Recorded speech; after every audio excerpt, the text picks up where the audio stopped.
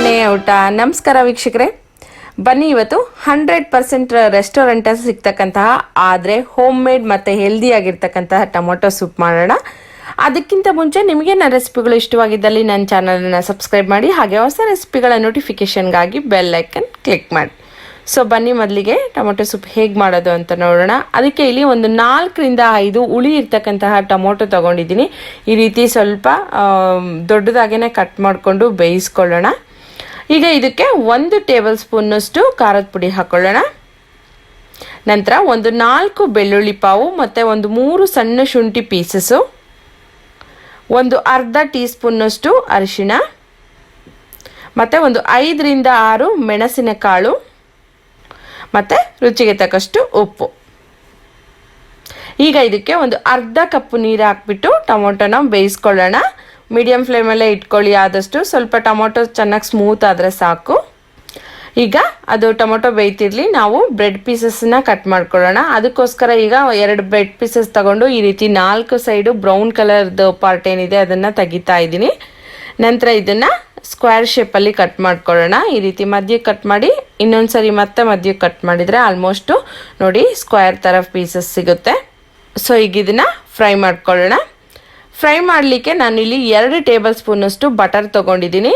Usually ರೆಸ್ಟೋರೆಂಟಲ್ಲಿ ಆಯಿಲಲ್ಲಿ deep fry ಮಾಡ್ತಾರೆ. ನಾನು ಬೇಡ, ಟೇಸ್ಟ್ ತುಂಬ ಚೆನ್ನಾಗಿರುತ್ತೆ ಅಂತ ಬಟರಲ್ಲೇ ಮಾಡ್ತಾಯಿದ್ದೀನಿ.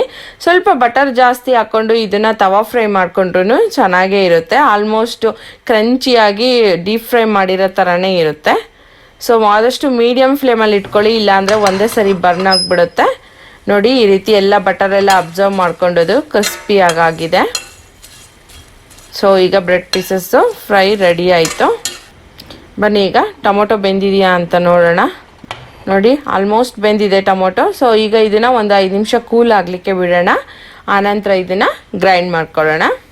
ನೋಡಿ ಆಲ್ಮೋಸ್ಟ್ ಕೂಲ್ ಆಗಿದೆ ಸ್ವಲ್ಪ. ಈಗ ಇದರಲ್ಲಿರ್ತಕ್ಕಂತಹ ಎಕ್ಸ್ಟ್ರಾ ಜ್ಯೂಸ್ ಏನಿದೆ ಅದನ್ನು ತೆಗಿಯೋಣ. ತುಂಬ ತೆಳುವಾಗಿದ್ದರೆ ಗ್ರೈಂಡ್ ಮಾಡಲಿಕ್ಕೆ ಕಷ್ಟ ಆಗುತ್ತೆ ಮತ್ತು ನುಣ್ಣಗಾಗಲ್ಲ ಅಂತ ಈ ರೀತಿ ಎಕ್ಸ್ಟ್ರಾ ವಾಟರ್ ತೆಗಿತಾ ಇದ್ದೀನಿ.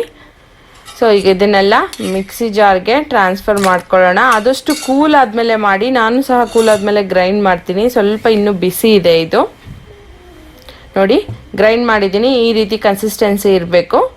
ಈಗ ಇದನ್ನು ಫಿಲ್ಟರ್ ಮಾಡ್ಕೊಳ್ಳೋಣ. ಏನಕ್ಕಪ್ಪ ಫಿಲ್ಟರ್ ಮಾಡ್ಕೊಳ್ಳೋದು ಅಂದರೆ ಅದು ಸೀಡ್ಸು ಮತ್ತು ಔಟರ್ ಲೇಯರ್ ಸಿಪ್ಪೆ ಏನಿರುತ್ತೆ ಅದು ತುಂಬ ಹಾರ್ಡಾಗಿರುತ್ತೆ, ಅದು ನುಣ್ಣಗಾಗೋದು ಕಷ್ಟ. ಆದ್ದರಿಂದ ಈ ರೀತಿ ಫಿಲ್ಟರ್ ಮಾಡ್ಕೊಳ್ಳೋಣ.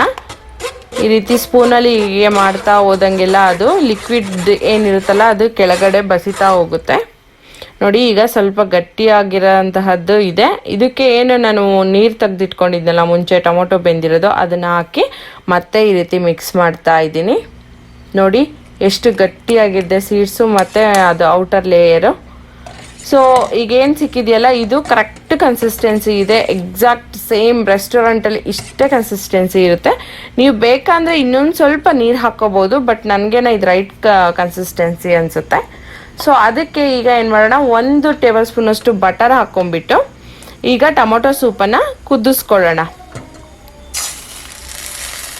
ಜಸ್ಟ್ ಇದನ್ನು ಒಂದು 3 ರಿಂದ 4 ನಿಮಿಷ ಕುದಿಸಿದರೆ ಸಾಕು. ಅಲ್ಲಿಗೆ ಆಲ್ಮೋಸ್ಟ್ ನಮ್ಮದು ಟೊಮೆಟೊ ಸೂಪ್ ರೆಡಿ ಆಗುತ್ತೆ. ಈಗ ಇದಕ್ಕೆ 1 ಟೇಬಲ್ ಸ್ಪೂನಷ್ಟು ಸಕ್ಕರೆ ಹಾಕ್ಕೊಳ್ಳೋಣ. ಸಕ್ಕರೆ ಹಾಕ್ಕೊಳ್ಳೋದ್ರಿಂದ ತುಂಬಾ ಚೆನ್ನಾಗಿ ಟೇಸ್ಟ್ ಬರುತ್ತೆ. ಸಕ್ಕರೆ ಹಾಕ್ಕೊಳ್ಳೋದನ್ನ ಸ್ಕಿಪ್ ಮಾಡಬೇಡಿ ನೀವು. ಸೊ ಈಗ ಇದನ್ನು ಮೀಡಿಯಮ್ ಫ್ಲೇಮಲ್ಲಿ ಸ್ವಲ್ಪ ಹೊತ್ತು ಕುದಿಸ್ಕೊಳ್ಳೋಣ. ನೋಡಿ ಆಲ್ರೆಡಿ ಒಂದು 2 ರಿಂದ 3 ನಿಮಿಷ ಆಗಿದೆ, ಚೆನ್ನಾಗೇ ಕುದೀತಾ ಇದೆ. ಆಲ್ಮೋಸ್ಟ್ ಟೊಮೊಟೊ ಸೂಪ್ ರೆಡಿ ಆಯಿತು. ಈಗ ಫ್ಲೇಮನ್ನು ಆಫ್ ಮಾಡ್ಕೊಳ್ಳೋಣ. ಮತ್ತು ಹೇಗೆ ಸರ್ವ್ ಮಾಡೋದು ಇದನ್ನು ಅಂತ ಬನ್ನಿ ನೋಡೋಣ. ನಿಮ್ಗೆ ಯಾವ ಬೌಲ್ ಬೇಕೋ ಆ ಬೌಲ್ ತೊಗೊಂಬಿಟ್ಟು ನಿಮಗೆ ಅದರಲ್ಲಿ ಎಷ್ಟು ಕ್ವಾಂಟಿಟಿ ಟೊಮೆಟೊ ಸೂಪ್ ಬೇಕೋ ಅಷ್ಟನ್ನು ಹಾಕ್ಕೊಳ್ಳೋಣ. ಸೊ ಈಗ ಇದಕ್ಕೆ ಫ್ರೈ ಮಾಡಿರ್ತಕ್ಕಂಥ ಬ್ರೆಡ್ ಪೀಸಸನ್ನು ಹಾಕ್ಕೊಳ್ಳೋಣ. ಮತ್ತು ಡೆಕೋರೇಷನ್ಗೋಸ್ಕರ ಒಂದು ಸ್ವಲ್ಪ ಕೊತ್ತಂಬರಿ ಸೊಪ್ಪು ಇಡೋಣ ಮೇಲೆ. ನೋಡಿ ಈಗ ರುಚಿಯಾಗಿರ್ತಕ್ಕಂಥ tomato soup is ready to serve. ನಿಮಗೆ ನನ್ನ ವಿಡಿಯೋಸ್ ಇಷ್ಟವಾಗಿದ್ದಲ್ಲಿ ಶೇರ್ ಮಾಡಿ, ಲೈಕ್ ಮಾಡಿ, ಸಬ್ಸ್ಕ್ರೈಬ್ ಮಾಡಿ. Thank you.